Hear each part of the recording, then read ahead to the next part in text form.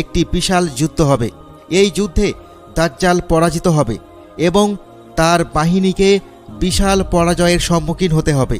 দাজ্জাল ঈসা আলাইহিসসালামকে ভয় পেয়ে প্যালেস্তাইনের দিকে পালাবে এবং ঈসা আলাইহিসসালাম তাকে বাবেলুদ নামক স্থানে ধাওয়া করে আল্লাহর নির্দেশে তাকে হত্যা করবেন। এখন আসুন আমরা দাজ্জালের বাবা মা এবং তার জন্ম সম্পর্কে জানি।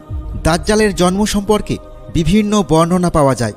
যেমন রাসূলুল্লাহ সাল্লাল্লাহু আলাইহি ওয়াসাল্লামের যুগে যখন মুসলমানরা মক্কা থেকে মদিনায় হিজরত করছিলেন, সেই সময় মদিনায় এক ইহুদি নারী এক শিশুর জন্ম দেয়, যে জন্মগতভাবে এক চোখে কানা ছিল।